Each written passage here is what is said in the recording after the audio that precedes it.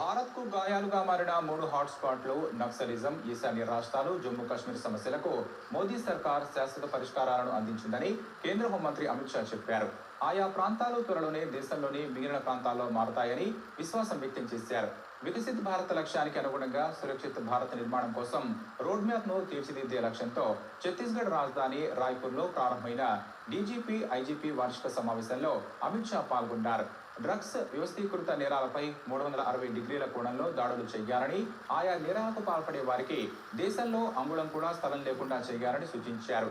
ఎన్సీబీతో రాష్ట్రాల పోలీసు దళాలు సమన్వయంతో పనిచేయడం ద్వారా ఆ దిశగా విజయం లభిస్తోందన్నారు.